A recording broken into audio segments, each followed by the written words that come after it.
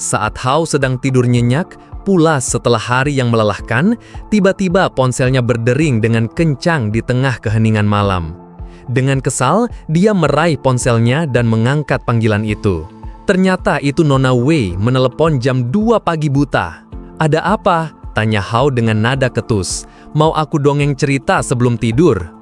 Nona Wei di seberang telepon hanya tertawa dingin dan memperingatkannya untuk menjaga bicaranya atau dia akan dihukum lagi seperti tempo hari. Tujuan Nona Wei menelepon ternyata sangat aneh. Dia bertanya apakah Hao belajar bela diri dari Ming Yue. Lalu dengan nada meremehkan, dia bilang kalau kemampuan Ming Yue itu cuma rata-rata. "Lebih baik kamu belajar dariku," tawar Nona Wei. "Aku ini profesional." Hao yang tersinggung karena Nona Wei merendahkan temannya, langsung menolak mentah-mentah. "Nggak tertarik," katanya, lalu langsung menutup teleponnya lagi. Ini sudah kedua kalinya dia menutup telepon dari seorang CEO paling berkuasa di kota itu. Di seberang sana, Nona Wei bukannya marah, tapi malah semakin tertarik dengan keberanian Hao. Keesokan paginya, Hao bangun dan menemukan sebuah catatan dari Qianqin di lemarinya. Kakak tirinya itu sudah menyiapkan pakaian untuknya. Tak lama, Qianqin masuk ke kamarnya sambil membawa 2 buah gaun yang indah. "Kakak, tolong pilih," katanya dengan senyum manis. "Menurutmu, mana yang lebih bagus aku pakai hari ini?" Hao yang dihadapkan pada pilihan sulit itu berusaha menjaga sikapnya tetap serius. Dia mencoba menahan pikirannya agar tidak berkelana kemana-mana. Dia lalu menunjuk gaun berwarna merah. Qianqin senang sekali dengan pilihannya. "Kamu memang punya selera yang bagus," pujinya. Dia lalu berbalik badan, berniat kembali ke kamarnya untuk berganti pakaian. Tapi saat Qianqin berbalik, mata Hao menangkap sesuatu yang tidak pernah dilihat sebelumnya. Di bagian atas punggung kakak tirinya yang sedikit terbuka itu, ada sebuah tato. Hao langsung syok. Selama ini dia tidak pernah tahu kalau Qianqin punya tato. Tato apa itu? Dan kenapa Qianqin menyembunyikannya selama ini? Misteri tentang kakak tirinya yang sempurna itu ternyata masih banyak. Saat Qianqin pergi ke kampusnya untuk urusan penelitian, Hao di rumah kepikiran cara lain untuk mencari uang. Tiba-tiba, dia teringat sesuatu yang sangat penting. Dia ingat soal sayembara berhadiah 50.000 yuan untuk siapapun yang punya informasi tentang Kak Lou. Tanpa buang waktu, dia langsung pergi ke kantor polisi untuk mengklaim hadiahnya. Di sana, seorang polwan langsung mengenalinya sebagai cowok ganteng yang sempat viral. Tapi, si polwan bilang kalau proses pencairan hadiahnya butuh waktu sekitar sebulan. Hao yang butuh uang cepat bertanya apa dia bisa langsung bertemu dengan orang yang mengadakan sayembara itu. Si polwan, karena terikat aturan kerahasiaan, tidak bisa menyebutkan nama Nona Wei. Tapi, dia memberi sebuah petunjuk besar. "Coba saja kamu datang langsung ke kantor Fan Hong Media Group." Di tempat lain, Nona Wei menerima telepon dari polwan itu, memberitahu kalau Hao sedang dalam perjalanan ke kantornya untuk mengambil uang hadiah. Nona Wei hanya tersenyum sinis. "Lucu sekali," pikirnya. "Kemarin dia menutup teleponku, hari ini dia datang sendiri untuk minta uang." Sesampainya di gedung Fan Hong Media yang super megah, Hao merasa sedikit malu dan canggung. Kemarin menolak mentah-mentah, sekarang datang untuk minta duit. Di lobi, dia bertanya pada seorang karyawati cara untuk pergi ke lantai paling atas, berbohong kalau dia mau bertemu dengan kerabatnya. Si karyawati, yang langsung terpesona dengan ketampanan Hao, dengan senang hati mengantarnya naik lift. Tapi di dalam lift, tepat saat Hao mau keluar, cewek itu tiba-tiba memegang tangannya dan menyatakan cinta. Dia bilang dia tidak pernah percaya cinta pada pandangan pertama, tapi setelah melihat Hao, dia jadi percaya. Tiba-tiba, lift berhenti mendadak. Pintu terbuka, dan di sana sudah berdiri Nona Wei dengan aura membunuh dan tatapan super marah. Dia sudah melihat semuanya. Si karyawati langsung pucat ketakutan. Tanpa basa-basi dan tanpa memberi penjelasan apapun, Nona Wei langsung berkata dengan dingin, "Kamu dipecat." Si cewek memohon-mohon, tapi Nona Wei tidak peduli. Hao yang merasa ini sangat tidak adil mencoba membela cewek itu. Dia bilang Nona Wei tidak punya hak untuk memecat orang begitu saja. Tapi Nona Wei malah menariknya paksa ke dalam ruangannya. "Kamu kenapa sih? Lagi kumat tiraninya?" tanya Hao dengan kesal. Detik berikutnya, Nona Wei mendorongnya ke dinding. Dengan tatapan mata yang penuh api cemburu, dia berteriak, "Beraninya kamu mesra-mesraan sama cewek lain di depan mataku." Nona Wei terus menuduh Hao telah bermesraan dengan karyawatinya di dalam lift. Hao tentu saja membantahnya, bilang kalau dia hanya menolong dan itu bukan urusannya Nona Wei sama sekali. Melihat Hao yang tidak mau kalah, Nona Wei malah tersenyum. "Oke, kita main game," katanya, menantang. "Aku akan jatuhkan batang rokok ini. Siapapun yang berhasil menangkapnya lebih dulu, dia yang menang. Kalau kamu menang, cewek itu selamat dari pemecatan." Hao yang percaya diri dengan kecepatan refleksnya langsung setuju. Sebelum mulai, dia menggulung lengan bajunya agar lebih leluasa bergerak. Tanpa aba-aba, Nona Wei langsung melempar rokoknya ke bawah. Keduanya langsung melesat untuk menangkapnya. Tapi refleks Hao ternyata jauh lebih cepat, dan dia berhasil menangkap rokok itu lebih dulu. "Aku menang," serunya dengan bangga. Tapi Nona Wei tidak terima kalah begitu saja. Dia langsung menerjang Hao, menjatuhkannya ke atas sofa yang empuk. "Kamu memang berhasil menangkap rokoknya," katanya, sambil menindih Hao. "Tapi sekarang, kamu yang masuk ke perangkapku." Saat mereka berdua jatuh di sofa, tangan Hao tidak sengaja menyentuh kaki jenggang Nona Wei. Nona Wei langsung kaget dan marah. "Beraninya kamu pegang-pegang," teriaknya. Hao yang bingung, tiba-tiba teringat sesuatu dan langsung panik. Sebelum main game tadi, dia sempat menggulung lengan bajunya. Dia lupa, di dunia ini, cowok yang menggulung lengan baju itu sama artinya dengan cewek yang menyingkap roknya, sebuah undangan yang sangat menggoda. Dia jadi kelihatan seperti orang mesum di mata Nona Wei. Hao bilang kalau dia memang salah soal lengan baju, tapi dia tetap pemenang permainannya, jadi Nona Wei tidak boleh memecat karyawatinya. Nona Wei yang salah tingkah dan kehabisan kata-kata, akhirnya hanya bisa bilang mau ke toilet dan langsung pergi meninggalkan Hao. Saat Hao merasa lega karena berhasil lolos lagi, tiba-tiba teleponnya berdering. Itu Qianqin. Hao langsung berbohong, bilang kalau dia sedang berada di rumah Longlong untuk membantu mengerjakan tugas. Adegan lalu beralih ke Qianqin, yang ternyata sedang berada di sebuah acara reuni SMA. Seorang teman lamanya menghampirinya. Mata si teman itu tiba-tiba tertuju pada sesuatu di pinggang Qianqin yang sedikit terlihat. Itu tato ya?" tanya si teman penasaran. "Tato apa itu?" Qianqin tersenyum dengan sangat lembut. "Ini nama seseorang," jawabnya. "Seseorang yang sangat penting bagiku, yang namanya ingin aku ingat seumur hidupku." Hao masih berada di ruangan kantor Nona Wei, menunggu wanita itu kembali dari toilet. Pikirannya melayang pada tato rahasia di punggung Qianqin. Lalu, matanya tertuju pada sebungkus rokok mahal yang tergeletak di atas meja Nona Wei. Didorong rasa iseng, dia mengambil sebatang dan menyalakannya, teringat kebiasaan lamanya di dunianya yang dulu. Rokoknya seorang direktur, pasti rasanya beda, pikirnya. Tepat saat itu, Nona Wei kembali ke ruangan dengan pakaian yang sudah diganti.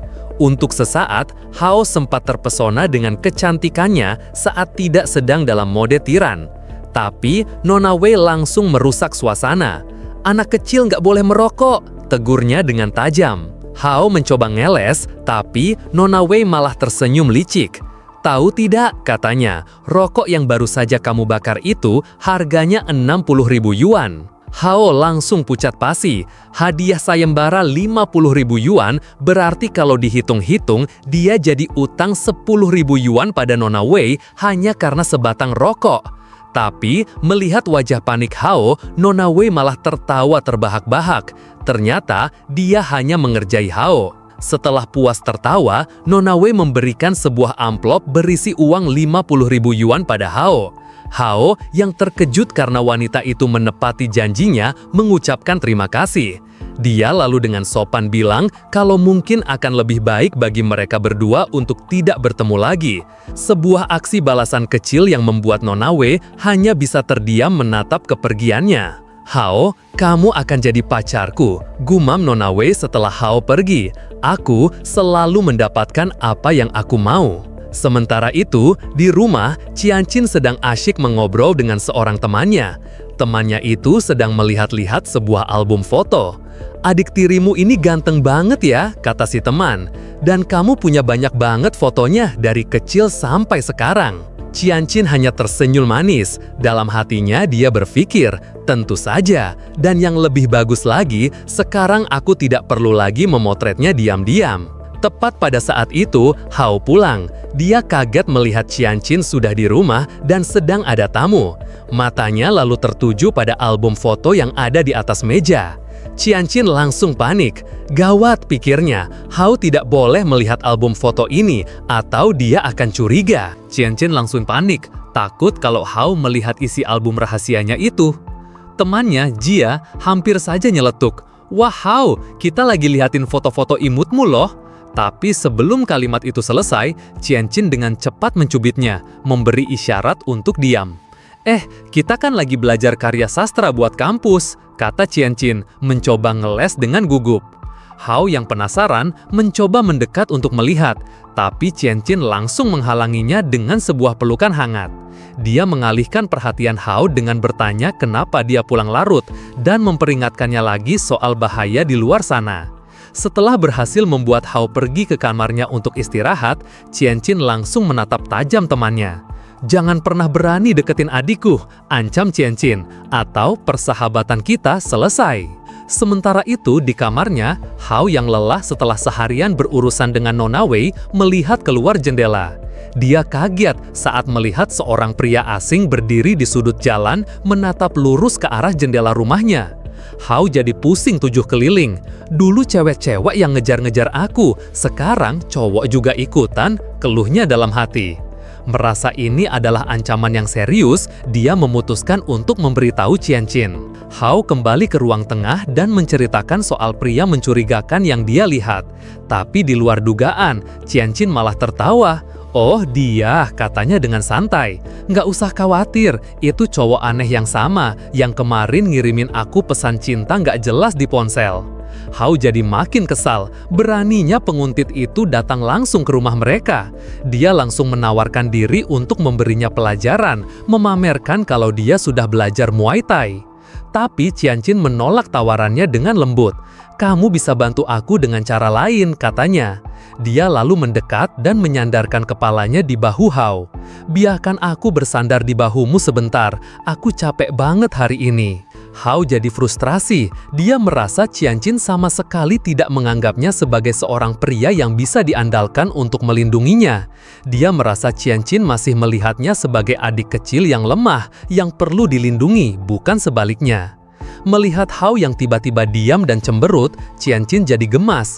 Kenapa kamu jadi pendiam dan mukamu merah gitu, godanya. Hao yang salah tingkah langsung mengalihkan pembicaraan. Dia bilang kalau besok dia akan kembali masuk sekolah. Qianqin tersenyum penuh arti. Oh, tumben buru-buru banget mau ke sekolah ya, katanya dengan nada menggoda. Jangan-jangan ada pacar yang pengen kamu temuin ya? Hao yang digoda oleh Qianqin soal punya pacar langsung pura-pura bingung. Pacar apa? Aku nggak akan ketemu siapa-siapa kok di sekolah, katanya. Mendengar itu, Qianqin memeluknya erat. Dia bilang kalau dia lega dan percaya pada kata-kata adiknya. Punya adik seganteng kamu itu sebuah kebahagiaan buat Kata, bisiknya. Kakak mau kamu tinggal di sini selamanya, kita saling bantu. Hao jadi makin bingung dengan kata-kata aneh kakak tirinya itu. Keesokan paginya, Qianqin mengantar Hao ke sekolah. Sebelum pergi, dia tidak lupa mengingatkannya untuk tidak terlalu banyak bergerak karena baru sembuh dari demam. Sampai di sekolah, Hao langsung disambut oleh Longlong yang membawa kabar buruk. Kamu mungkin nggak tahu karena 2 hari ini nggak masuk, kata Longlong dengan cemas. Kayaknya Ming Yue sekarang lagi dibully di sekolah. Hao kaget. Longlong menjelaskan kalau semua ini gara-gara insiden perkelahian dengan gengnya Lin Tongtong. Beberapa siswa sampai harus dibawa ke rumah sakit, jadi sekarang Ming Yue dianggap berbahaya dan dijauhi semua orang. Merasa sangat bersalah, Hao langsung menemui Ming Yue di kelasnya. Dia meminta maaf karena sudah menyeretnya ke dalam masalah yang rumit ini. Tapi Ming Yue tidak kelihatan sedih. Dia hanya menatap Hao dengan dalam dan bertanya satu hal. Apakah kamu takut padaku? Hao tersenyum lalu dengan lembut mengelus kepala Ming Yue. Bagaimana mungkin aku takut sama cewek sebaik dan sepolos kamu, katanya. Mencoba menenangkan.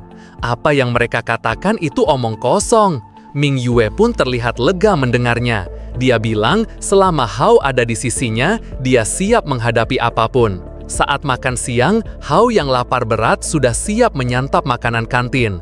Tapi Ming Yue dengan baik hati membuka kotak bekalnya yang berisi hidangan super mahal dan mewah, lalu menawarkannya pada Hao. Saat Hao mau mengambil makanan, Ming Yue tiba-tiba menatap tangannya dengan penuh minat. "Boleh aku pegang tanganmu?" tanyanya dengan polos. Kelihatannya lembut dan manis banget. Hao shock. Dia sadar di dunia ini tangan cowok itu mungkin setara dengan kaki jenjang cewek di dunianya dulu, sesuatu yang sangat intim dan personal. Dia kepikiran kalau Long Long lihat adegan ini pasti bakal heboh. Tapi mengingat dia pernah menyentuh kaki Ming Yue, dia merasa ini impas. Dia pun dengan gugup mengizinkannya. Sambil memegang tangan Hao dengan lembut, Ming Yue mulai curhat. Dia bilang kalau cewek-cewek di kelas sering mengejeknya pecundang karena dia belum pernah ciuman atau bahkan sekedar pegangan tangan dengan cowok. Mereka bilang dia tidak akan pernah bisa melakukannya. Hao mencoba menghiburnya, bilang kalau mereka hanya iri. "Makanya," kata Ming Yue dengan ragu-ragu, menatap Hao dengan mata berbinar penuh harap. "Boleh nggak aku cium kamu? Sebentar aja, janji nggak akan ada yang tahu." Hao benar-benar kaget dengan permintaan itu. Dia melihat kesedihan dan rasa putus asa di mata Ming Yue. Dia berpikir kalau dengan ciuman sederhana ini bisa membantu temannya itu merasa lebih baik dan berhenti memikirkan ejekan orang lain, kenapa tidak? Dia pun setuju. Tapi saat Ming Yue dengan malu-malu mau mendekatkan wajahnya, Hao dengan lembut menghentikannya. "Karena ini adalah ciuman pertamamu," kata Hao dengan suara pelan, "lebih baik aku yang melakukannya. Kamu tinggal pejamkan mata saja kalau malu." Ming Yue menatap Hao, sadar betapa tulusnya teman di hadapannya ini. Dia pun perlahan memejamkan matanya. Perlahan, Hao mendekatkan wajahnya dan dengan lembut mencium bibir Ming Yue.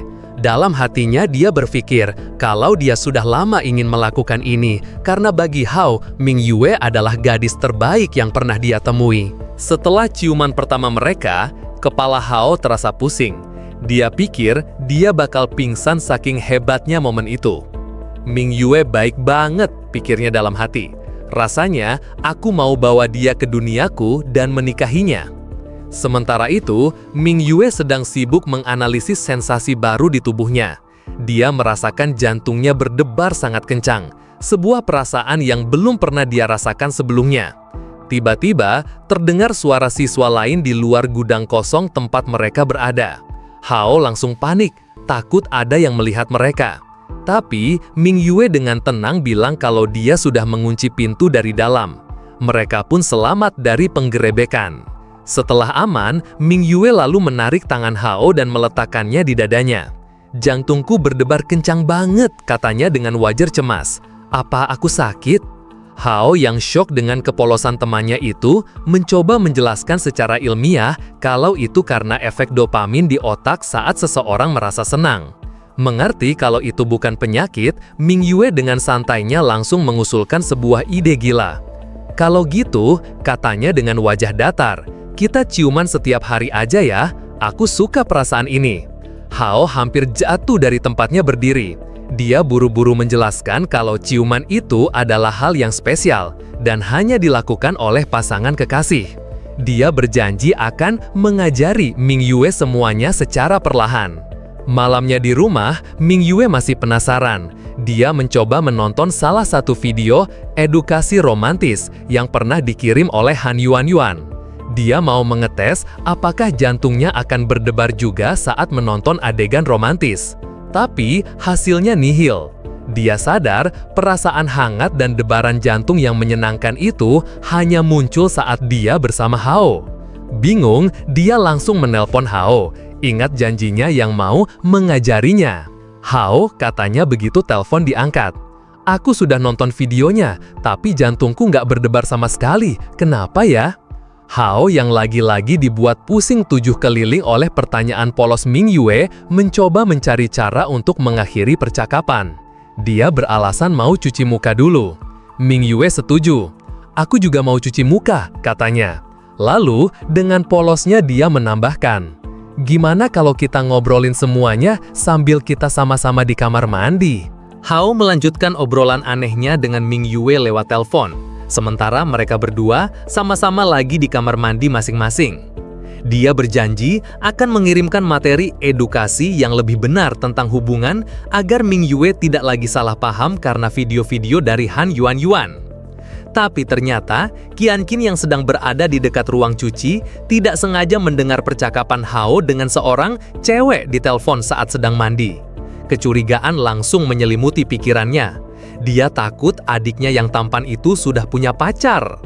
Tidak mau tinggal diam, dia langsung mengambil ponselnya dan menelpon Long Long untuk melakukan investigasi singkat. "Long Long, aku mau nanya," kata Qianqin. "Hao punya pacar nggak di sekolah?" Long Long dengan polosnya menjawab kalau Hao masih jomblo. Dia bilang kalau Hao itu sangat takut dengan pengaruh buruk dan selalu menjaga jarak dengan cewek-cewek. Mendengar itu, Qianqin tersenyum penuh kemenangan. Ini adalah kesempatannya. Dia tidak akan membiarkan siapapun merebut Hao darinya. Setelah selesai dengan urusannya, Hao masuk ke kamarnya dan langsung kaget.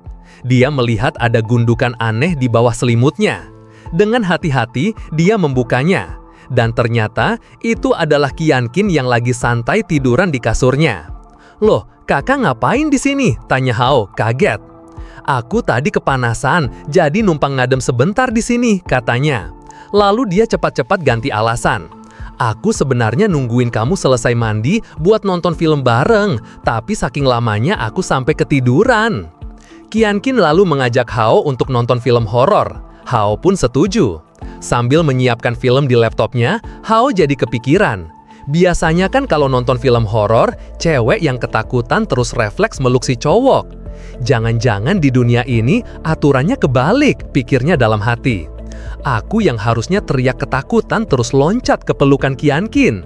Dia langsung menggelengkan kepala, mencoba menghilangkan bayangan absurd itu. Tak lama kemudian, Qianqin turun ke ruang tengah, sudah siap untuk nonton.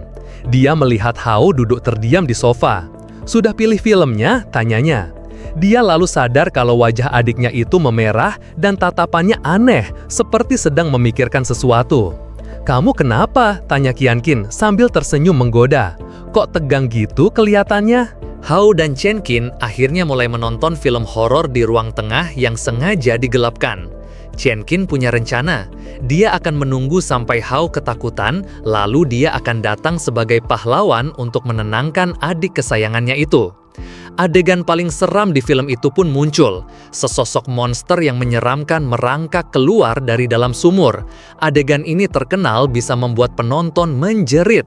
Tapi Hao yang menontonnya dengan santai sama sekali tidak merasa takut. Anehnya, justru Qianqin yang menjerit ketakutan. Refleks, dia langsung memeluk lengan Hao erat-erat mencari perlindungan. Hao yang kaget mencoba menenangkan kakaknya. "Ini kan cuma film, cuma efek spesial," katanya. Qianqin jadi sedikit malu. Dia pikir Hao akan menganggapnya lemah. Tapi Hao malah bilang kalau takut sama hantu itu wajar, dan dia sama sekali tidak berpikir kalau Qianqin itu aneh. Mendengar itu, Qianqin jadi lega. Dalam hatinya dia bersorak, "Rencanaku berhasil." Merasakan Qianqin begitu dekat dengannya, jantung Hao mulai berdebar kencang. Dia mencoba meyakinkan dirinya sendiri kalau perasaan ini salah dan tidak pantas. Tapi di tengah film, ada sebuah adegan di mana seorang ayah akan menghukum anaknya. Entah kenapa, adegan itu memicu sesuatu dalam diri Hao. Dia tiba-tiba melompat dan bergumam, "Ayah bisa membunuhku kalau aku melakukan ini di sekolah." Qianqin yang bingung dengan gumaman aneh itu hanya dianggapnya sebagai efek karena terlalu fokus pada film oleh Hao. Setelah film horor itu selesai, mereka berdua naik ke lantai 2. Hao merasa kalau Qianqin sepertinya sedang menggodanya. Dia mengantar Qianqin sampai ke depan pintu kamarnya. "Aku takut tidur sendirian abis nonton horor tadi," kata Qianqin dengan wajah memelas. "Boleh nggak aku tidur di kamarmu malam ini?" Hao jadi serba salah.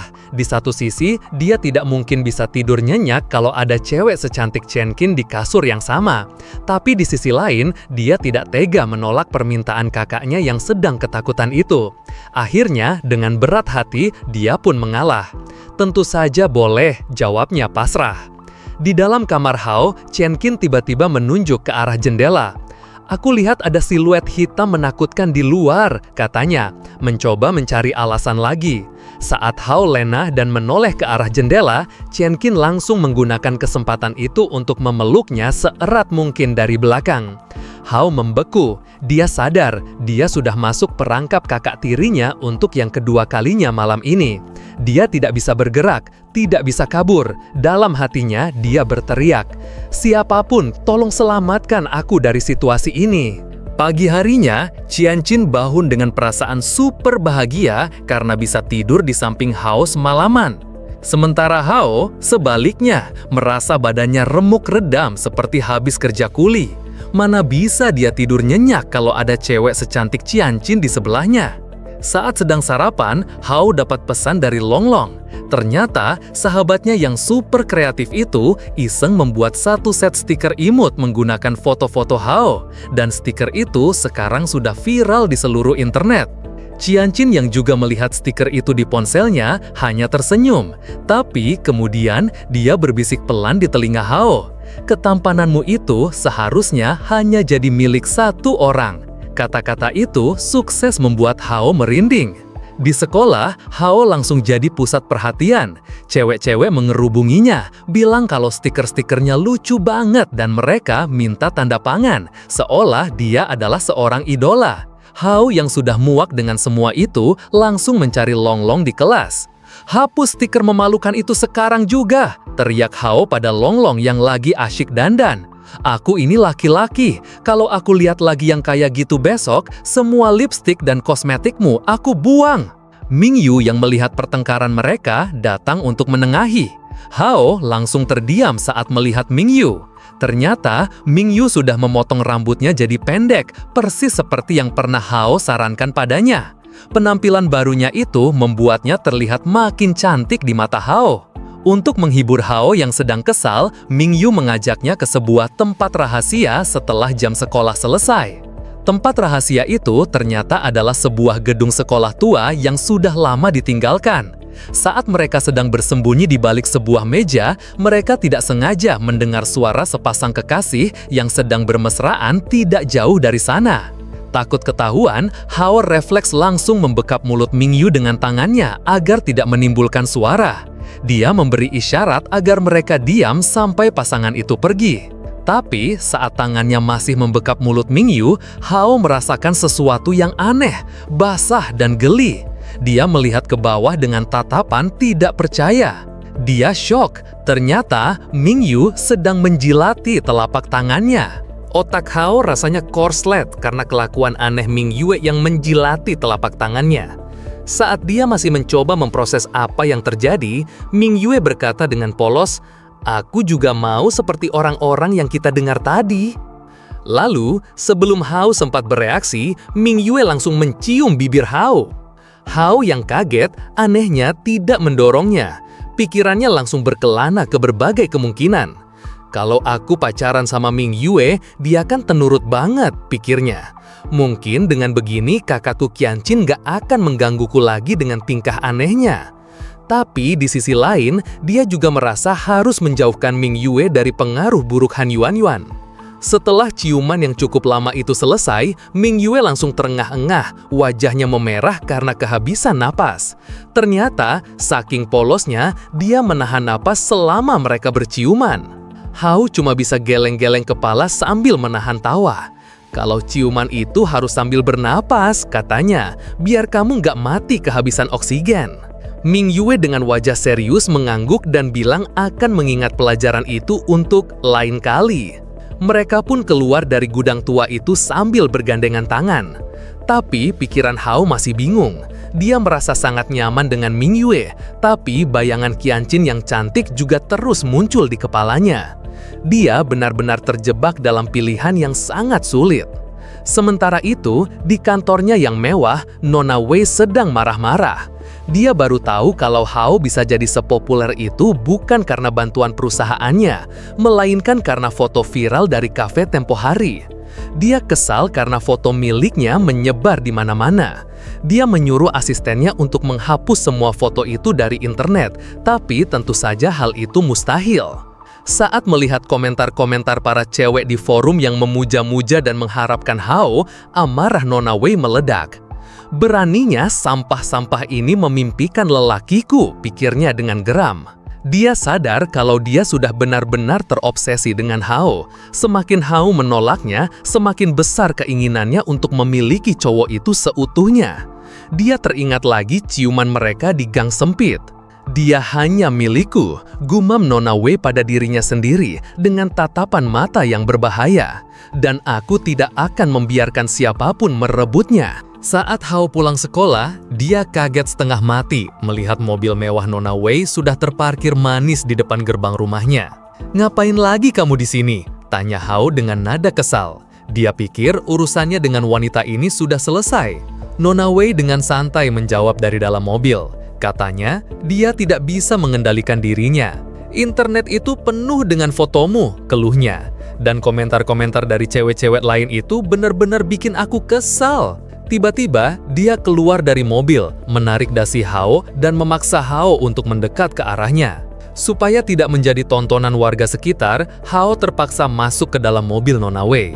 Di dalam, dia mencoba bernegosiasi. Dia mengingatkan Nona Wei kalau tipe cewek idealnya adalah yang imut dan manis, bukan yang dominan dan agresif seperti dia. Tapi Nona Wei malah lebih cerdas. "Oh ya? Apa jangan-jangan cewek-cewek di duniamu yang dulu semuanya seperti itu?" tanyanya. Lagi-lagi menyindir soal identitas asli Hao. Dia bahkan dengan santai kembali menawarkan Hao untuk menjadi pria simpanannya. Katanya, Hao hanya perlu duduk manis di rumah, sementara dia yang akan membiayai hidupnya.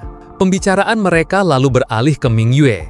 Saat Hao dengan nada protektif menyebut nama Yue untuk memanggil Ming Yue, Nona Wei jadi kaget dengan tingkat keakraban mereka. Hao yang mulai kesal dengan semua interogasi ini malah balik menyindir.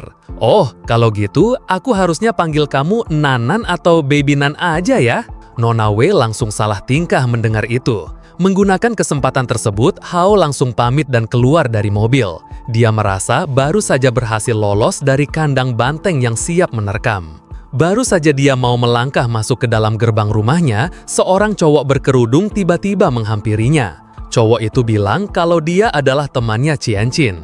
Dia lalu meminta tolong pada Hao untuk menyampaikan sebuah hadiah pada kakaknya itu, karena dia sangat mencintai Qianqin. Saat si cowok membuka kerudungnya, Hao langsung mengenalinya. Dia adalah cowok aneh yang sama, yang fotonya dia lihat di ponsel Qianqin tempo hari.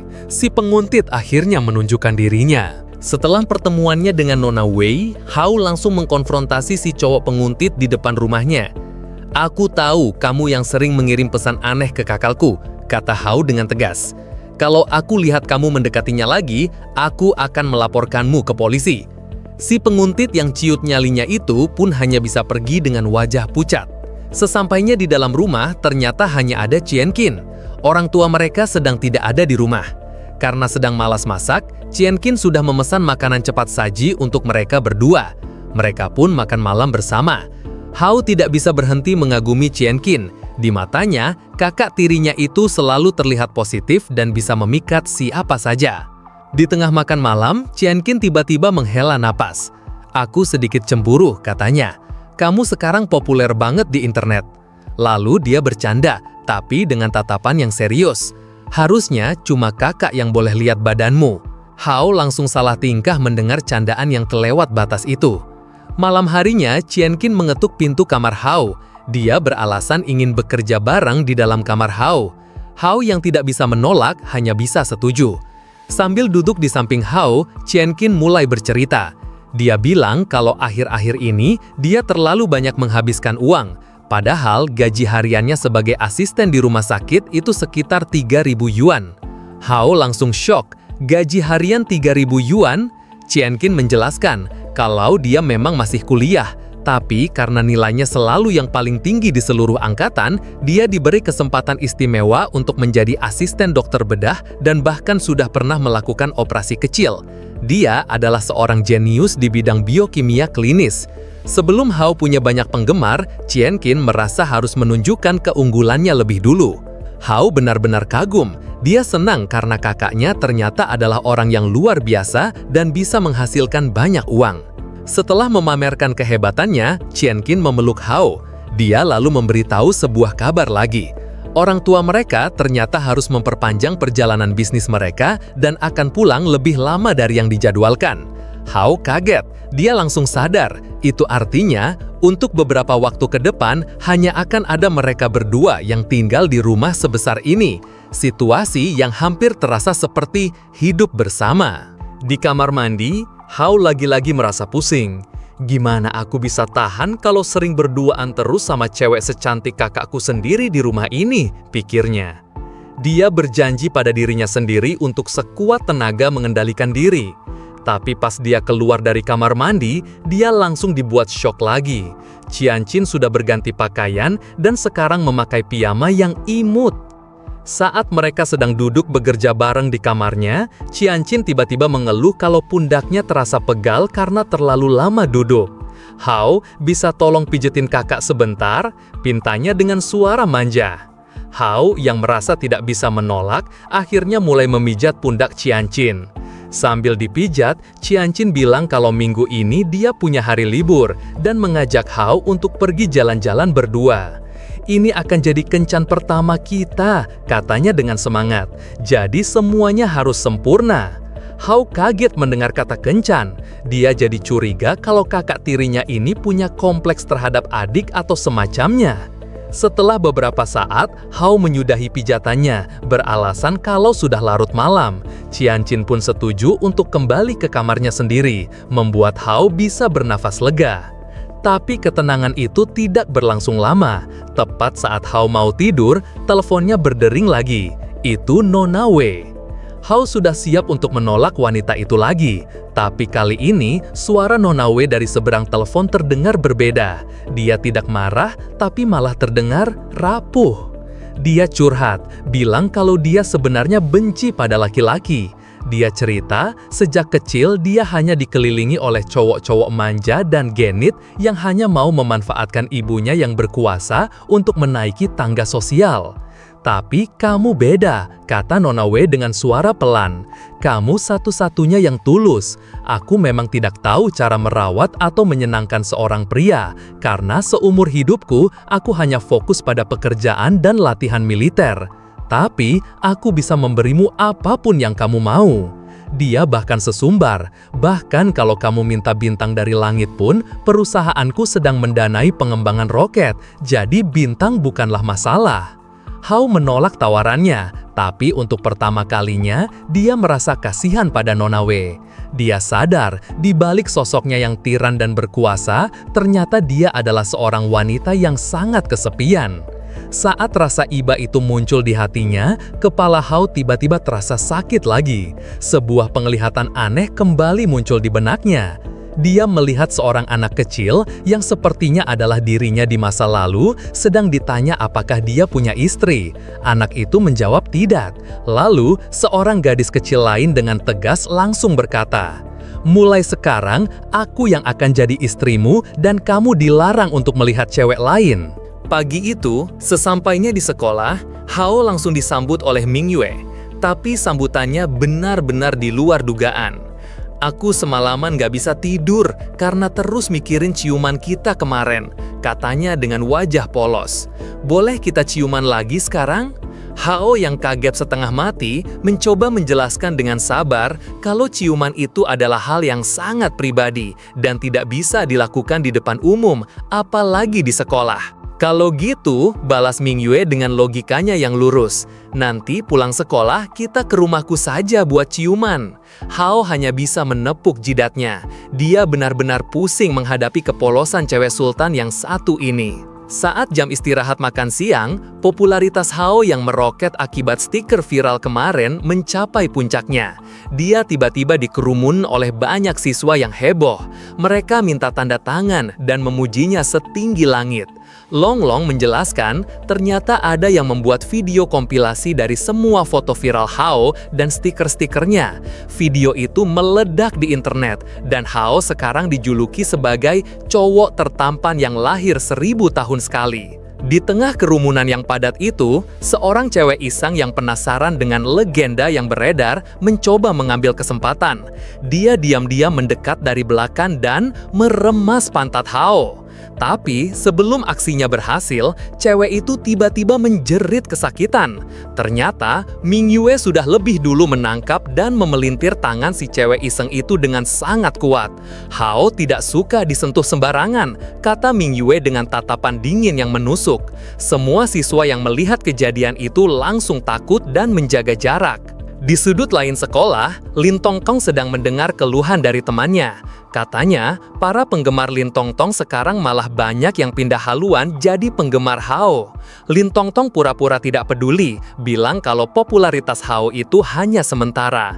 Tapi, saat ada yang berteriak kalau ada sebuah mobil sport super mewah berhenti di depan gerbang sekolah dan semua orang menebak itu pasti untuk menjemput Hao, wajah Lin Tongtong langsung masam. Dia hampir menangis saking cemburu dan irinya. Semua siswa berlari keluar untuk melihat mobil mewah itu. Di dalamnya, duduk dengan anggun seorang wanita yang sangat kita kenal. Itu Nona Wei. Sambil menatap gerbang sekolah dengan senyum penuh kemenangan, dia bergumam pada dirinya sendiri. Kali ini, kamu tidak akan bisa lari lagi dariku, Hao. Melihat mobil mewah Nona Wei yang masih setia terparkir di depan gerbang sekolah, Hao cuma bisa pasrah. Tak lama, ponselnya berdering. Benar saja, itu Nona Wei. Aku bawain apu makanan, katanya dari seberang telepon. Keluar dan makan siang bareng aku. Hao dengan tegas menolak. Enggak makasih, aku mau makan di kantin sekolah saja bareng teman-temanku, jawabnya. Tapi Nona Wei sudah punya rencana cadangan. Dia keluar dari mobilnya dengan anggun dan penuh percaya diri. Dengan satu jentikan jari, para stafnya langsung keluar membawa sebuah set kotak makan siang super mewah yang sudah dihias dengan indah. Kalau kamu nggak mau keluar, kata Nona Wei dengan senyum penuh arti, berarti aku yang akan membawakan makan siang ini ke dalam sekolah untukmu. Hao langsung panik. Kalau Nona Wei yang super terkenal itu masuk ke sekolah, bisa jadi skandal besar. Dia buru-buru pamit pada Long Long dan Ming Yu, bilang ada urusan mendadak, lalu lari keluar untuk menemui Nona Wei. Lewat telepon, dia bernegosiasi dengan wanita itu. Oke, aku mau keluar, tapi tolong jangan menarik perhatian, kata Hao. Kalau sampai ada satu gosip pun tentang kita, aku nggak mau ketemu kamu lagi. Nona Wei setuju. Dia menyuruh stafnya kembali ke mobil dan dia sendiri menyamar dengan memakai topi menunggu Hao di gerbang samping sekolah. Jadi kita mau makan di mana? Tanya Nona Wei saat Hao datang. Hao bilang kalau kali ini dia yang akan memilih tempatnya. Dia lalu membawa Nona Wei menyusuri jalanan dan berhenti di sebuah warung makan kecil dan sederhana di pinggir jalan. Nona Wei shock. Wajahnya yang biasa tenang kini menunjukkan ekspresi tidak percaya. Kamu serius mau makan di tempat kayak gini? Tanyanya.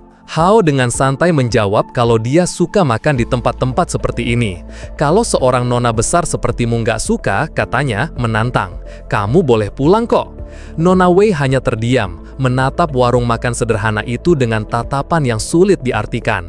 Hao tahu dia sedang mencoba membuat Nona Wei menyerah dan pergi dengan sendirinya. Tapi di dalam hatinya, dia juga sadar kalau dia masih terlalu takut untuk menolak wanita paling berkuasa di kota itu secara langsung. Hao dan Nona Wei akhirnya masuk ke dalam warung makan sederhana pilihan Hao. Dalam hati, Nona Wei merasa sedikit jijik. Tempatnya kelihatan agak kotor dan semua pelanggannya adalah para pekerja biasa. Ini pasti cara Hao untuk ngerjain aku, pikirnya. Tapi dia tidak bisa pergi, karena kalau dia pergi, Hao pasti akan kabur lagi. Untuk menunjukkan kekuasaannya, Nona Wei mendekati kasir dan dengan sombongnya bilang, "Aku pesan semua yang ada di menu kalian." Hao yang panik melihat kelakuan Nona Wei langsung menariknya. "Ini tempat makan orang biasa, nggak usah pamer duit di sini," katanya dengan kesal. "Kalau kamu malu, mending kita nggak usah makan bareng sekalian." Nona Wei hanya bisa mendengus, bilang kalau laki-laki itu memang sulit untuk dipuaskan. Setelah perdebatan kecil, mereka akhirnya memesan semangkuk mie biasa. Tapi Nona Wei dengan gaya bosnya masih sempat menyuruh si bibi pemilik warung untuk memakai sarung tangan biar steril dan menggunakan bahan yang paling segar. Si Bibi awalnya tersinggung karena profesionalitasnya diragukan, tapi langsung terdiam dan nurut saat Nona W menunjukkan setumpuk uang tunai. Melihat itu, Nona W iseng mencubit pipi Hao untuk menarik perhatiannya. Hao menepisnya. "Dengar ya," katanya dengan serius. "Kami para manusia biasa makannya ya kayak gini. Aku ini bukan pangeran atau Cinderellamu. Dunia kita terlalu beda, jadi berhentilah mengejarku." Anehnya, Nona W bisa memakan mie itu.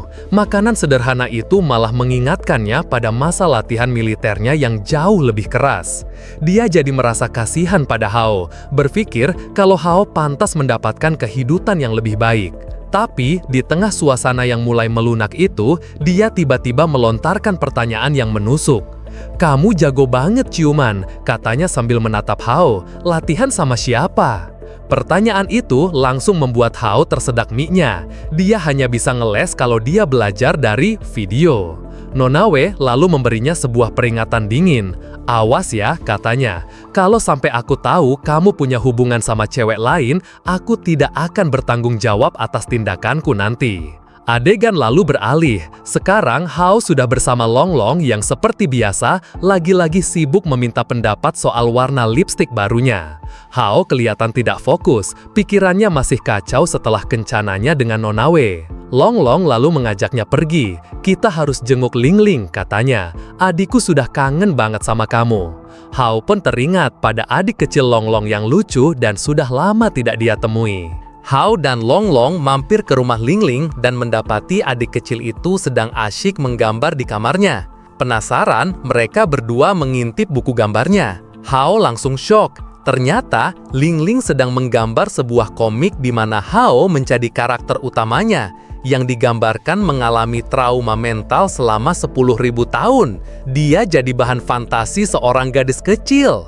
Ling Ling yang ketahuan mencoba berbohong dengan bilang kalau buku itu milik temannya. Tapi Hao yang sudah curiga langsung memeriksa komputernya dan menemukan sebuah folder raksasa berukuran 500 GB dengan label bahan belajar. Hao pun langsung menyita bahan belajar itu. Dia menasehati Ling Ling, bilang kalau dia lebih suka Ling Ling yang imut, polos, dan rajin belajar, bukan yang suka melihat hal-hal aneh seperti ini. Mendengar itu, Ling Ling berjanji akan melakukan apa saja demi membuat kakak Hao senang. Sementara itu, di tempat lain, Qianqin sedang ngobrol dengan temannya, Jia. Dia bercerita kalau hari Sabtu nanti, dia akan pergi kencan dengan seorang cowok ganteng di sebuah tempat bernama Fendi Plaza. Jia lalu memberinya sebuah hadiah kecil sambil berbisik, "Ini untuk perlindungan." Qianqin hanya bisa bingung menerima hadiah aneh itu. Tanpa mereka sadari, si cowok penguntit dari tempo hari ternyata dari tadi menguping pembicaraan mereka. Hatinya hancur, tidak percaya kalau gadis pujaannya akan pergi kencan dengan orang lain. Malam harinya, Hao sedang asyik melakukan siaran langsung seperti biasa. Tapi tiba-tiba kolom obrolannya meledak. Para penontonnya akhirnya sadar. Mereka berhasil menyambungkan semua petunjuk yang ada. Streamer top dengan skill dewa yang selama ini misterius itu ternyata adalah orang yang sama dengan cowok tertampan yang lahir 70.000 tahun sekali yang fotonya viral di internet. Mereka semua langsung heboh memenuhi kolom obrolan dengan satu permintaan yang sama. Mereka menuntut Hao untuk membuka topengnya sekarang juga. Tepat saat kolom obrolan dipenuhi dengan ribuan permintaan buka topeng, pintu kamar Hao tiba-tiba terbuka. Qianqin masuk dan tanpa berkata apa-apa, dia berjalan ke arah komputer Hao dan langsung mematikannya, mengakhiri siaran langsung itu secara paksa. Hao yang kaget menatap kakaknya dengan tatapan tidak percaya. "Sudah malam," kata Qianqin dengan suara dingin, "waktunya tidur." Pagi itu, Hao berangkat sekolah sambil terus memikirkan kelakuan aneh Qianqin semalam. Kakak tirinya itu jadi semakin protektif dan posesif, melarangnya streaming karena takut Hao diculik atau direbut cewek lain. Hal itu membuat Hao jadi sedikit takut. Tapi pusingnya makin menjadi-jadi saat dia sampai di gerbang sekolah. Sekolah sudah dipenuhi oleh para siswa yang mengerumuninya. Longlong dengan bangga menyambutnya dan memberitahu kalau sekarang Hao sudah punya klub penggemar resmi. Semua siswa itu mau jadi anggota dan membantunya dalam segala hal. Hao cuma bisa pasrah berpikir kalau anak-anak sekolah ini sepertinya kebanyakan waktu luang dan kurang kerjaan. Di antara para penggemar, ada juga beberapa siswa yang nyinyir. Mereka bilang kalau Hao itu cuma modal tampang dan popularitasnya pasti tidak akan bertahan lama. Saat pelajaran olahraga, di dalam ruang ganti, si ketua kelas yang licik dari insiden barang aneh tempo hari ternyata punya rencana baru. Dia mau diam-diam merekam Hao pas lagi ganti baju dengan niat untuk mempermalukannya di internet. Pas dia lagi siap-siap dengan ponselnya, mencari posisi yang pas, tiba-tiba Longlong tidak sengaja menabraknya. Longlong lalu dengan hebohnya memuji-muji Hao. "Hao, perutmu sudah mulai kelihatan kotak-kotak ya, latihan bareng Mingyu efektif banget," katanya dengan suara kencang. Si ketua kelas yang kesal karena rencananya terganggu, mencoba lagi untuk mengambil foto secara diam-diam. Tapi dia lupa mematikan suara kameranya. Klik! Suara jepretan kamera itu terdengar jelas di ruang ganti yang sepi. Saking panik dan kagetnya, si ketua kelas sampai menjatuhkan ponselnya. Dia pikir Hao tidak sadar, tapi ternyata Hao sudah tahu dari awal. Hao dan Longlong dengan santai menghampirinya. Pas si ketua kelas mau kabur, Hao dengan cepat menghantam loker di sebelahnya, mengunci pergerakannya. "Ngapain foto diam-diam?" tanya Hao sambil mengambil ponsel itu. "Katanya kamu anggota klub penggemarku. Kalau mau foto, bilang aja terang-terangan. Sini, aku pose buat kamu." Si ketua kelas yang ketakutan setengah mati melihat tatapan tajam Hao langsung memohon ampun. Dia buru-buru menghapus fotonya lalu lari terbirit-birit. Longlong masih ngomel-ngomel, kesal dengan kelakuan si ketua kelas. Tapi Hao kelihatan tenang. Dalam hatinya dia berpikir, "Aku memang masih baru di dunia ini dan tubuhku mungkin masih lemah. Tapi aku tidak akan membiarkan orang-orang ini terus-terusan membuat masalah. Aku akan menghukum mereka semua." Setelah insiden di ruang ganti, Hao memutuskan untuk mengikuti si ketua kelas yang licik itu. Dia merasa harus menyelesaikan masalah ini secara jantan. Tapi saat sedang mengikutinya dari belakang, tiba-tiba beberapa orang berbadan tegap muncul dari gang dan langsung menculik si ketua kelas di depan mata Hao. Hao kaget, tapi dia langsung kenal siapa mereka. Itu adalah para pengawal Nona Wei, lengkap dengan si asisten cewek yang penampilannya seperti anak kecil. Mereka hanya menyuruh Hao untuk pura-pura tidak melihat apa-apa, lalu pergi membawa si ketua kelas. Hao yang marah karena Nona Wei ikut campur, langsung menelpon wanita itu. "Kamu menculik dia?" tanya Hao dengan nada tinggi. Nona Wei dari seberang telepon dengan santai menjawab, "Dia kan sudah membuat masalah untukmu, jadi aku hanya ingin memberinya sedikit pelajaran. Anggap saja ini bantuan dariku." Dia juga tanpa ragu mengakui kalau punya mata-mata di sekolah untuk mengawasi Hao. Hao jadi makin pusing dengan kelakuan wanita ini. Keesokan harinya, Hao datang ke sekolah dengan perasaan cemas. Dia takut Nona Wei melakukan hal yang kelewatan pada si ketua kelas. Tapi saat dia berpapasan dengan si ketua kelas di koridor, dia malah dibuat syok. Si ketua kelas yang biasanya sombong dan angkuh, sekarang malah membungkuk hormat padanya dengan tubuh gemetaran. "Silahkan lewat Kak Hao," katanya dengan suara pelan. Hao jadi merinding. Dia tidak bisa membayangkan pelajaran macam apa yang sudah diberikan oleh Nona Wei sampai bisa mengubah seorang perundung jadi penurut seperti itu. Di dalam kelas, Ming Yue sadar kalau Hao sedang murung dan banyak pikiran. Ingin menghiburnya, dia tiba-tiba berdiri dari kursinya, mendekati Hao dan dengan lembut mencubit lidung Hao. "Dulu di taman hiburan, kamu melakukan ini padaku, dan aku langsung merasa lebih baik," katanya dengan polos. Hao tersentuh sekali. Dia tidak menyangka Ming Yue masih mengingat detail sekecil itu. Perasaannya langsung jadi jauh lebih baik. Merasa itu belum cukup, Ming Yue bilang kalau dia mau melakukan hal lain lagi untuk membuat Hao senang. Dia lalu memeluk Hao dengan erat. Kamu selalu membuatku merasa aman dan bahagia, katanya dengan tulus. Jadi, aku juga mau membuatmu merasakan kebahagiaan yang sama. Hati Hao langsung terasa hangat. Di tengah semua kekacauan yang terjadi, perhatian tulus dari Ming Yue terasa seperti sebuah oase yang menenangkan.